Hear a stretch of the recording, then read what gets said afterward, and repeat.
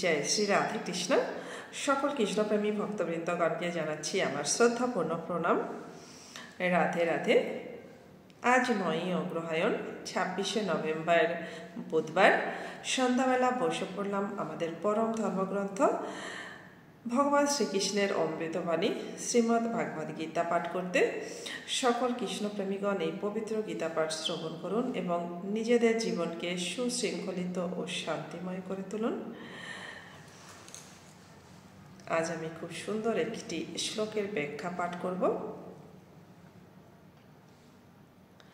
কূর্ম যেমন তার অঙ্গসমূহ তার কঠিন বহিরাবরণের মধ্যে সংকুচিত করে নিতে পারে, ঠিক তেমনি যে ব্যক্তি তার ইন্দ্রিয়গুলিকে ইন্দ্রিয়ের বিষয় থেকে প্রত্যাহার করে নিতে পারেন তার চেতনা চিন্ময় জ্ঞানে প্রতিষ্ঠিত। যোগী ভগবত ভক্ত বা আত্মতত্ত্বজ্ঞানীর লক্ষণ হচ্ছে তিনি তার ইচ্ছা অনুসারে তার ইন্দ্রিয়গুলিকে দমন করতে পারেন। অধিকাংশ মানুষই তার ইন্দ্রিয়ের দাস, অধিকাংশ মানুষই তাদের ইন্দ্রিয়ের দাস। তাই তারা ইন্দ্রিয়ের নির্দেশ অনুসারে পরিচালিত হয়। যোগীর অবস্থান সম্পর্কিত প্রশ্নের এটি হচ্ছে উত্তর। ইন্দ্রিয়গুলিকে বিষধর সর্পের সঙ্গে তুলনা করা যায়।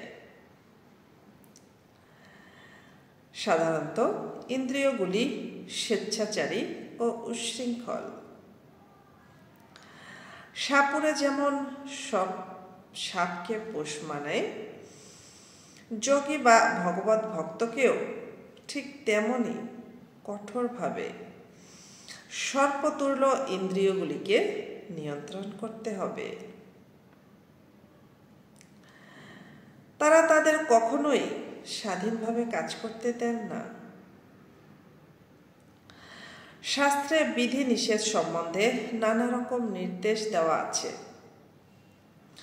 তার মধ্যে কয়েকটি অকরণীয় এবং কয়েকটি করণীয়।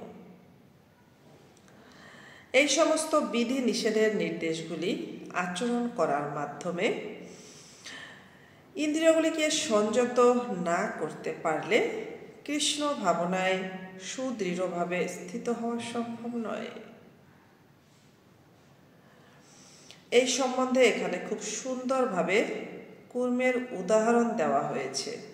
কূর্ম যে কোনো সময় তার অঙ্গগুলি তার খোলসের মধ্যে গুটিয়ে নিতে পারে, আর প্রয়োজন হলে তাদের বার করে আনতে পারে। ঠিক তেমনি কৃষ্ণ ভাবনাময় ভগবত ভক্ত ভগবানের সেবায় বিশেষ প্রয়োজনে কেবল তার ইন্দ্রিয়গুলিকে ব্যবহার করেন, আর অন্য সময় তাদের গুটিয়ে রাখেন।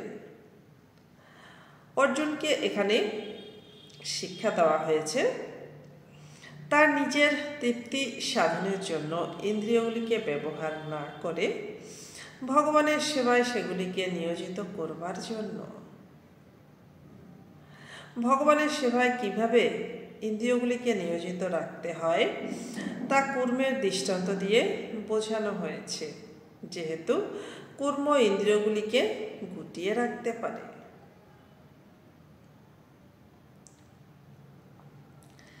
দেহধারী জীব ইন্দ্রিয় সুখ ভোগ থেকে নিবৃত্ত হতে পারে, কিন্তু তবুও ইন্দ্রিয় সুখ ভোগের আসক্তি থেকে যায়। কিন্তু উচ্চতর স্বাদ আস্বাদন করার ফলে সেই বিষয় তৃষ্ণা থেকে চিরতরে নিবৃত্ত হওয়া যায়। অপ্রাকৃত স্তরে অধিষ্ঠিত না হলে ইন্দ্রিয় সুখভোগ পরিত্যাগ করা সম্ভব নয়। বিধি নিষেধের দ্বারা ইন্দ্রিয় সুখ ভোগ থেকে নিবৃত্ত হওয়ার পন্থা অনেকটা রোগীর বিশেষ ধরনের খাদ্যের ওপর নিষেধাজ্ঞার মতো। রোগী সাধারণত এই সমস্ত বিধিনিষেধ পছন্দ করে না বা তার খাওয়ার লালসা কোনো অংশে কমে না। তেমনি যম, নিয়ম, আসন, তেমনি ঘুম, নিয়ম, আসন, প্রাণায়াম, প্রত্যাহার, ধারণা, ধ্যান ইত্যাদি অষ্টাঙ্গ যোগের মতো কিছু পারমার্থিক পদ্ধতির দ্বারা যে ইন্দ্রিয় সংযম তা উন্নত জ্ঞানহীন অল্প বুদ্ধিমত্তা সম্পন্ন ব্যক্তিদের জন্য অনুমোদিত হয়েছে। কিন্তু যিনি কৃষ্ণ ভাবনায় প্রগতি সাধনের মাধ্যমে শ্রীকৃষ্ণের কর্তব্য কোটির কমনীয় রূপের আস্বাদন করেছেন, তার আর নিষ্প্রাণ জড়বস্তুর প্রতি কোনো রকম রুচি থাকে না। তাই আধ্যাত্ম মার্গের প্রাথমিক স্তরে কেবল বিধিনিষেধের মাধ্যমে ইন্দ্রিয়গুলিকে দমন করতে হয়। কৃষ্ণ ভাবনায় যতক্ষণ পর্যন্ত রুচি না হচ্ছে ততক্ষণই এই বিধি নিষেধগুলির প্রয়োজন হয়। যখন কেউ প্রকৃতপক্ষে কৃষ্ণ ভাবনায় অধিষ্ঠিত হন, তখন তিনি আপনা থেকেই ইতর বস্তুর প্রতি তার রুচি হারিয়ে ফেলেন।